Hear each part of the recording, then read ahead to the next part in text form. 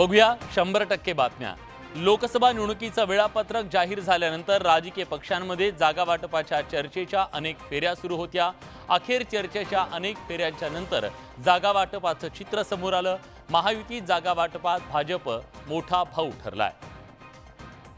निवडणुका जाहीर झाल्यानंतर महायुतीतील भाजप, शिवसेना आणि अजित पवारांची राष्ट्रवादी काँग्रेसमध्ये जागा वाटपाबाबत अनेक दिवस चर्चेचं गुऱ्हाळ सुरू होतं। अखेर महायुतीत जागा वाटपाच्या फॉर्म्युलावर शिक्कामोर्तब झालंय। महायुतीत भाजप हा सर्वात मोठा भाऊ ठरला। गेल्या वेळी 26 जागा लढवणारा भाजप यावेळी 28 जागांवर लढतोय। शिंदेंच्या शिवसेनेला 15 जागा वाट्याला आल्या, तर अजित पवारांची राष्ट्रवादी 4 जागांवर निवडणूक लढवत असून महायुतीचा घटक पक्ष असलेल्या रासपला परभणीची जागा मिळाली आहे। शिवसेना फडणवीस गट ते 12-13 जागा लढतात, म्हणजे त्यांनी 7-8 जागा स्वतःच्या कमी करून घेतली। यालाच मी लोटांगण घालणं म्हणतो। या आता शिवसेना स्वतःला उभाटा म्हणतात, त्यांच्या वाट्याला काय आहे? ज्या पडणाऱ्या जागा घेतलेल्या आहेत त्यांच्या विरुद्ध काँग्रेसचे नेते काम करत आहेत। दुसरीकडे महाविकास आघाडी शिवसेना उद्धव बाळासाहेब ठाकरे पक्ष 21 जागांवर, काँग्रेस 17 जागांवर, तर राष्ट्रवादी शरदचंद्र पवार पक्ष 10 जागांवर निवडणूक लढवतोय। राज्यात महाविकास आघाडी विरुद्ध महायुती असा थेट सामना होणार आहे। या सामन्यात कोण बाजी मारणार याची उत्सुकता आहे। ठाणे हा शिवसेनेचा बालेकिल्ला। ठाण्याच्या जागेवरून महायुती जोरदार रस्सीखेच सुरू होती। मुख्यमंत्री एकनाथ शिंदेंचं होमपिच असलेल्या ठाण्यातून शिवसेनेनं नरेश म्हस्केंना उमेदवारी जाहीर केली। ठाकरेंच्या पक्षाचे उमेदवार राजन विचारे यांच्याशी नरेश म्हस्के यांचा सामना होणार आहे। ठाण्याच्या जागेवर भाजपनंही दावा सांगितल्यानं महायुतीत जोरदार रस्सीखेच सुरू होती। त्यातच शिंदेंच्या शिवसेनेतही अनेक इच्छुक या जागेवरून लढायला उत्सुक होते। मुख्यमंत्री एकनाथ शिंदेंनी या सर्व इच्छुकांची बैठक घेतली आणि अखेर नरेश म्हस्के यांच्या नावावर शिक्कामोर्तब केलं। नरेश म्हस्के 2012 मध्ये शिवसेनेच्या तिकिटावर नगरसेवक म्हणून ठाणे महापालिकेत निवडून आले। त्यानंतर ठाणे महानगरपालिकेतल्या स्थायी समितीचं सभापतीपद, सभागृह नेतेपद आणि ठाण्याचं महापौरपद नरेश म्हस्केंनी भूषवलं। सध्या शिवसेनेचे प्रवक्तेपदही त्यांच्याकडे आहे। संधीचं सोनं करण्याची संधी जी मला दिलेली आहे ती पूर्ण करण्याची आणि विजयाकडे वाटचाल करण्याचे नक्कीच प्रयत्न करीन। बाबू अभी मुझे ठाणा तो भी दे दो ना सर ठाणा, अशी म्हणायची पाळी शिवसेनेच्या शिंदे गटावर आली। ठाण्यात नरेश म्हस्के यांचा सामना ठाकरेंच्या पक्षाचे उमेदवार राजन विचारे यांच्याशी होणार आहे। या सामन्यात कोण बाजी मारणार याची उत्सुकता। शिवसेनेनं कल्याण, डोंबिवली आणि ठाणे लोकसभा मतदारसंघातील आपले शिलेदार जाहीर केले। उमेदवारी जाहीर झाल्यानंतर भेटीगाठींचा सिलसिला सुरू झालाय। शिवसेनेचे कल्याण डोंबिवलीचे उमेदवार डॉक्टर श्रीकांत शिंदे आणि ठाण्याचे उमेदवार नरेश म्हस्के यांनी मुंबईत येऊन राज ठाकरेंची भेट घेतली। महायुतीला बिनशर्त पाठिंबा दिल्याबद्दल दोघांनी मनसे अध्यक्ष राज ठाकरेंचे आभार मानले। राज ठाकरेंनी पाठिंबा दिल्यानंतर मनसे आमदार राजू पाटील मनसे कार्यकर्त्यांसह श्रीकांत शिंदेंच्या प्रचारात उतरले। राज ठाकरेंची भेट घेतल्यानंतर श्रीकांत शिंदे आणि नरेश म्हस्के यांनी बाळासाहेब ठाकरेंच्या स्मृतीस्थळावर जाऊन अभिवादन केलं। बिनकामाच्या ज्या बुडबुड्या करण्यापेक्षा आपण कुठे आहोत हे जर ओळखलं तर मला वाटतं पुढे जे राहिलेलं आहे शिल्लक सेना ती वाढायला जी आहे ती मदत होईल। राजसाहेबांनी मला बोलवलं, मनाचा मोठेपणा काय असतो नेत्याचा, मला बोलवलं, मला जवळ घेतलं आणि मला आशीर्वाद दिला, तू निवडून येशील। कल्याण, डोंबिवली आणि ठाण्यात शिवसेनेच्या उमेदवारांचा ठाकरेंच्या पक्षाच्या उमेदवारांशी सामना होणार आहे। या लढतीकडे संपूर्ण राज्याचं लक्ष असणार आहे। महायुतीत नाशिकच्या जागेवरून जोरदार रस्सीखेच सुरू होती। ही जागा महायुतीत कुणाच्या वाट्याला जाणार आणि कुणाला उमेदवारी मिळणार याची उत्सुकता होती। अखेर महायुतीतल्या नाशिकच्या जागेचा तिढा सुटला। नाशिकची जागा महायुतीत शिंदेंच्या शिवसेनेच्या वाट्याला गेली आहे। शिंदेंच्या शिवसेनेकडून या जागेवर विद्यमान खासदार हेमंत गोडसेंच्या गळ्यात उमेदवारीची माळ पडली आहे। नाशिकच्या या जागेवर महायुतीत जोरदार रस्सीखेच होती। छगन भुजबळ यांचं नाव जागेसाठी चर्चेत होतं। विशेष म्हणजे दिल्लीतील भाजपच्या श्रेष्ठींनी भुजबळांना नाशिकमधून उतरवण्याचं ठरवल्याचं भुजबळांनी सांगितलं। मात्र नाशिकच्या जागेचा तिढा सुटत नसल्यानं भुजबळांनी नाशिकच्या उमेदवारीवरून माघार घेतली।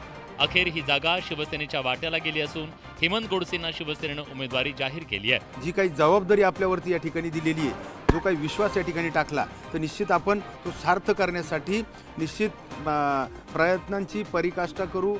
हेमंत गोडसे यांना उमेदवारी जाहीर झाल्यानंतर त्यांच्या समर्थकांनी फटाके फोडून आनंद व्यक्त केला। हेमंत गोडसे गुरुवारी उमेदवारी अर्ज दाखल करणार आहेत। नाशिक लोकसभा मतदारसंघातला उमेदवारीचा तिढा अखेर सुटला.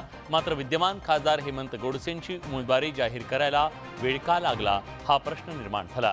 त्यावरून विरोधकांनी महायुतीत चांगलीच टोले लगावले. नाशिकमध्ये हेमंत गोडसेंच्या नावावर अखेर शिक्कामोर्तब झालं. मात्र त्याआधी अनेक घडामोडी घडल्या. मंगळवारी गिरीश महाजन यांनी नाशिकमध्ये अपक्ष उमेदवारांच्या भेटी घेऊन महायुतीच्या मार्गातले अडथळे दूर करण्याचा प्रयत्न केला होता. भाजपच्या वरिष्ठ नेत्यांनी छगन भुजबळांची भेट घेतली. या सर्व घडामोडी घडत असताना शिवसेनेनं हेमंत गोडसेंची उमेदवारी जाहीर केली. एकूणच नाशिकच्या जागेच्या मुद्द्यावरून विरोधकांनी महायुतीला जोरदार टोले लगावले. ठाणे झाला, कल्याण झालं, कल्याण तर काम करतोच आहे, ठाणे पण काम करतोय, नाशिक काम करत, सगळे उमेदवार जाहीर झालेले आहेत. भारतीय जनता पक्षाने त्यांना 2.5 वर्ष ज्याला ठेवलं त्यांच्याच दारात जाऊन त्यांची विनवणी करावी लागत आहे. नाशिक लोकसभा मतदारसंघात महायुतीनं शेवटच्या टप्प्यात त्यांचा उमेदवार जाहीर केला. परिणामी आता महायुतीच्या प्रचाराला गती मिळून मतदारसंघात राजकीय घमासान शिगेला पोहोचणार असल्याचं स्पष्ट झालंय. महायुतीत एकेका जागेवरून घटक पक्षांमध्ये जोरदार रस्सीखेच सुरू आहे. अशातच सध्या शिवसेनेकडे असलेली पालघरची जागा भाजप लढवणार असल्याचं प्रदेशाध्यक्ष चंद्रशेखर बावनकुळेंनी म्हटलंय. आता भाजप इथून कुणाला उमेदवारी देणार याचीच उत्सुकता आहे. महायुतीच्या जागावाटपात एका जागेसाठी भाजप आणि शिवसेनेत रस्सीखेच सुरू होती. मात्र गेल्यावेळी शिवसेनेच्या ताब्यात असलेली पालघरची जागा भाजपकडे गेली आहे. पालघरची जागा भाजप लढवणार असल्याची माहिती भाजपचे प्रदेशाध्यक्ष चंद्रशेखर बावनकुळेंनी दिली आहे. पालघर ही भारतीय जनता पार्टीला त्या ठिकाणी जवळपास निश्चित होईल आणि भारतीय जनता पार्टीचे उमेदवार जाहीर करेल. मागितली असेल किंवा शिंदे साहेबांनी दिली असेल याबद्दलची कल्पना नाही. जर दिली असेल तर निश्चितच आम्ही पण त्या जागेला त्यांना मदत करणार. पालघरची जागा लढवणार असल्याचं भाजपनं जाहीर केलं असलं तरी उमेदवाराच्या नावाची घोषणा केलेली नाही. पालघर मतदारसंघात शिवसेनेचे राजेंद्र गावित विद्यमान खासदार आहेत. 2019 मध्ये त्यांनी भाजपमधून उमेदवारीसाठी ठाकरेंच्या शिवसेनेत प्रवेश केला होता. हे विशेष. आता पालघरच्या जागेवर भाजप कुणाला उमेदवारी देतं याची उत्सुकता आहे. शरद पवार यांच्यावर भटकती आत्मा म्हणून पंतप्रधान नरेंद्र मोदींनी टीका केल्यानंतर राजकीय वादाचा नवा अंक रंगला. उद्धव ठाकरेंनी मोदींच्या त्याच वक्तव्याचा धागा पकडत जोरदार पलटवार केला. त्यामुळे राजकीय कलगीतुरा रंगल्याचं पाहायला मिळतंय. पंतप्रधान नरेंद्र मोदींनी पुण्याच्या जाहीर सभेत शरद पवारांचं नाव न घेता बोचरी टीका केली. पवारांचा भटकती आत्मा असा उल्लेख केला. शरद पवारांवर केलेल्या या टीकेनं महाविकास आघाडीतील घटक पक्षांनी मोदींवर टीकेची राळ उठवली. उद्धव ठाकरेंनी पुण्यातल्या सभेत पवारांवरच्या टीकेचा खरपूस शब्दात समाचार घेतला. कुछ भटकती आत्माएं होती है, ये विपक्ष को ही अस्थिर नहीं करते, ये आत्मा कुछ भी कर देती है. वो अपनी पार्टी में भी ऐसा ही करते हैं. ये आत्मा ऐसा करती है, परिवार में भी कर देती है. पण जर त्या वकवकलेल्या आत्म्याला जरा जरी संवेदना असतील तर जिथे जिथे फिरतायत तिथे तुमच्या नादानपणामुळे या शेतकऱ्यांनी आत्महत्या केल्या. त्यांच्या आत्म्यांकडे बघा. रोज बडबड करेल तर त्याला थोडी उत्तर देता येतं. आणि वारंवार बडबड करणाऱ्यांची जागा कुठे असते मी तुम्हाला सांगायची गरज नाही. पंतप्रधान नरेंद्र मोदींनी पुण्याच्या जाहीर सभेत शरद पवारांना टार्गेट केलं. मोदींच्या या टीकेनं लोकसभा निवडणूक प्रचारात राजकीय वादाचा भडका उडाला. राजकीय दैवतावरून पवार कुटुंबात वादाची ठिणगी पडली. अजित पवार आणि सुप्रिया सुळे पुन्हा आमनेसामने आले. शरद पवारांना आपण दैवत मानत होतो पण आता वेगळा मार्ग निवडला असं वक्तव्य उपमुख्यमंत्री अजित पवारांनी केलं आणि त्यामुळे वादाला तोंड फुटलं. पंतप्रधान नरेंद्र मोदींनी शरद पवारांवर भटकती आत्मा म्हणून केलेल्या टीकेवरून सुरू झालेला वाद आता पवार कुटुंबापर्यंत येऊन पोहोचलाय. अशात अजित पवारांनी दैवतावरून केलेल्या वक्तव्यानं नव्या वादाला तोंड फुटलंय. तर सत्तेसाठी अजित पवारांनी दैवत बदलल्याचा आरोप संजय राऊतांनी केला. आज मी एक वेगळा रस्ता स्वीकारलेला आहे. त्यांच्याबद्दल एक ते वरिष्ठ नेते आहेत. त्याच्या एकेकाळी ते म्हणजे मी त्यांना दैवत म्हणून मानत होतो. 2024ला सरकार बदलेल, मोदी नसतील आणि परत त्यांना ईडीची नोटीस येईल तेव्हा त्यांनी परत दैवत बदललेलं. दैवत बदलण्यामध्ये PhD संजय राऊतांनी फार चांगल्या पद्धतीने केलेली आहे. सकाळचा दैवत वेगळा, संध्याकाळचा दैवत वेगळा, मॅटिनीमध्ये दैवत वेगळा. निवडणुकीच्या रणसंग्रामात पवार काका पुतणे आमने सामने आले. त्यामुळे प्रचारात एकमेकांची राजकीय उणीदुणी काढली जात आहेत. मोदींनी शरद पवारांवर केलेल्या टीकेनं राजकीय दैवतावरून वादाची ठिणगी पडली आहे. अजित पवार आणि सुप्रिया सुळे यांच्यातलं राजकीय संघर्ष काही थांबायचं नाव घेताना दिसत नाहीये. अजित पवार 18 वर्ष पुण्याचे पालकमंत्री होते, मात्र टीका माझ्यावर होते असा मुद्दा सुप्रिया सुळेंनी उपस्थित केला। त्यावरून अजित पवारांनी उत्तर देताना थेट प्रकाशच पाडला। बारामती लोकसभा मतदारसंघात सुप्रिया सुळे आणि सुनेत्रा पवार यांच्यात थेट लढत होतीये। परिणामी प्रचारात पवार कुटुंबीय कुणाचाही मुलाहिजा बाळगत नसल्याचं पाहायला मिळतंय। हिंजवडीचा विकास झाला नाही, त्यासाठी अजित पवारांनी सुप्रिया सुळेंना जबाबदार धरलं होतं। त्यावरून सुप्रिया सुळेंनी थेट उत्तर दिलं, त्यामुळे अजित पवारांनीही जशास तसं उत्तर दिलं। दादांनी काल सांगितले की हिंजवडीचा विकास झाला नाही, त्याला लाज वाटते असं म्हटलंय त्यांनी। पिंपरी चिंचवड शहराचा विकास झाला, मात्र हिंजवडीचा प्रश्न। 18 वर्ष तेच पालकमंत्री होते ना। 17 वर्ष गप्पा बसले, आता हे सगळं का आठवतंय, आता माहिती तुका का दिसत आहे? आम्हाला आमच्या डोक्यात प्रकाश पडायला 17 वर्ष लागली, म्हणून आता आठवतो। 17 वर्षानंतर आमच्या डोक्यात प्रकाश पडलाय। मला माहिती आहे दादा कसं बोलतात। लोकसभा निवडणुकीचा प्रचार सुरू असताना ऐन उन्हाच्या तडाख्यात अजित पवारांनी प्रकाश पाडलाय, त्यामुळे राजकीय वातावरण अधिक तापलं असं म्हटलं तर अतिशयोक्ती ठरणार नाही। महाराष्ट्राच्या राजकारणाला भाऊबंदकीचा मोठा इतिहास आहे। कोकणातील सामंत कुटुंबात पुन्हा एकदा भाऊबंदकीची ठिणगी पडली आहे का असा प्रश्न पडलाय। त्याचं कारण ठरलंय किरण सामंत यांच्या कार्यकर्त्यांनी उदय सामंत यांचे हटवलेले बॅनर। रत्नागिरीतल्या कार्यालयावर उदय सामंत यांचं नाव आणि फोटो असलेला बॅनर हटवला गेलाय। हा बॅनर त्यांच्या कुठल्या विरोधकांनी नाही तर आजवर त्यांच्या पाठीशी खंबीरपणे उभे राहिलेल्या भाऊ किरण सामंत यांच्या कार्यकर्त्यांनीच हटवलाय। त्यामुळे सामंत कुटुंबातली भाऊबंदकी चव्हाट्यावर आल्याची चर्चा सुरू झाली आहे। उदय सामंत कार्यालयाच्या ठिकाणी आता किरण सामंत यांचं संपर्क कार्यालय असा बॅनर लागणार असल्याचं सांगितलं जात आहे। उदय सामंत यांच्या कार्यालयावरचे बॅनर जे आहेत ते हटवण्यात आलेले आहेत आणि त्या ठिकाणी आता नवीन बॅनर लावण्यात येत आहेत। त्या ठिकाणी जर पाहिलं तर हे जिल्हा संपर्क कार्यालय उदय सामंत यांचं हे ऑफिस होतं। त्या ठिकाणी आता सध्या नवीन बॅनर जो लावण्यात आलेला आहे किरण सामंत संपर्क कार्यालय आता सध्याचा। खरं तर उदय सामंत यांचा बॅकबोन असलेले किरण सामंत लोकसभा निवडणुकीच्या उमेदवारीसाठी इच्छुक होते, पण त्यांना लोकसभेचं तिकीट न मिळाल्यानं ते नाराज असल्याची चर्चा होती। आता ऐन निवडणुकीत किरण सामंत यांच्या कार्यकर्त्यांनी घेतलेल्या या आक्रमक भूमिकेनं सामंत कुटुंबात सगळं काही आलबेल नसल्याची चर्चा सुरू झाली आहे। राजकारणात कोणी कुणाचा कायमचा शत्रू किंवा मित्र नसतो, याची प्रचिती सध्या कोकणात येते।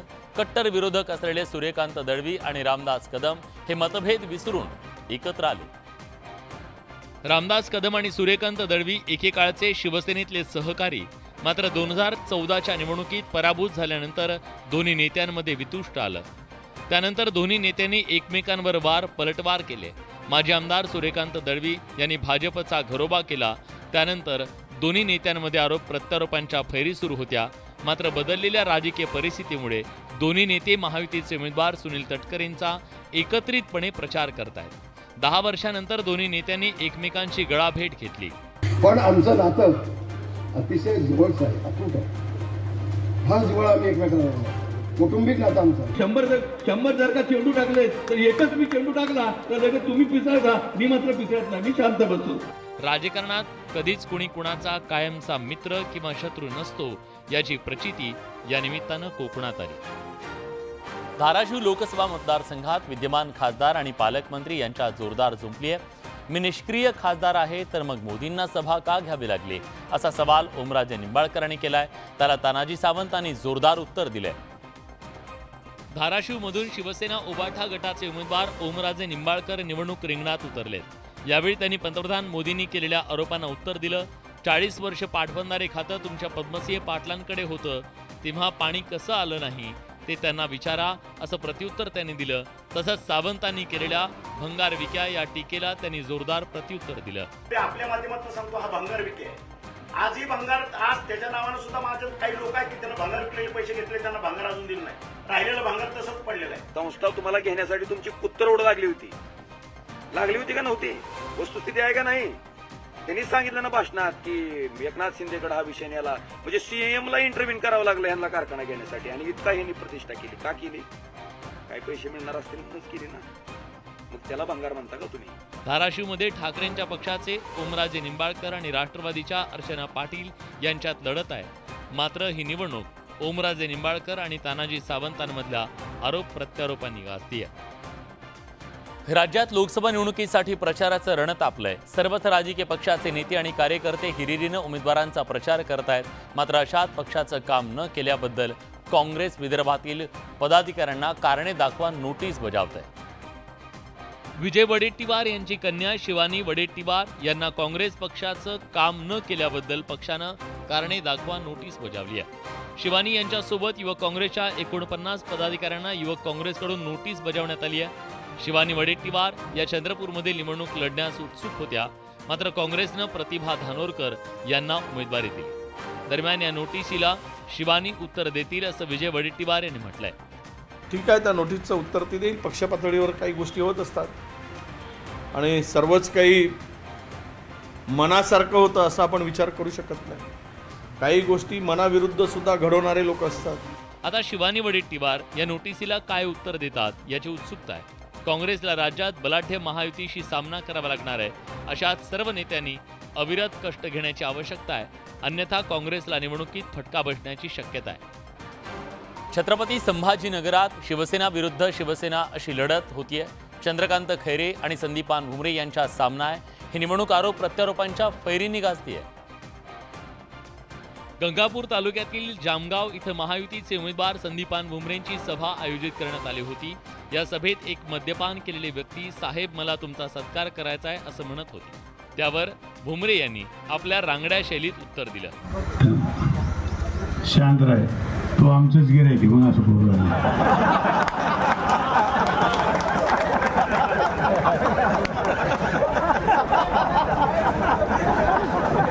मी सांगितलं ना आमचं गिऱ्हाईक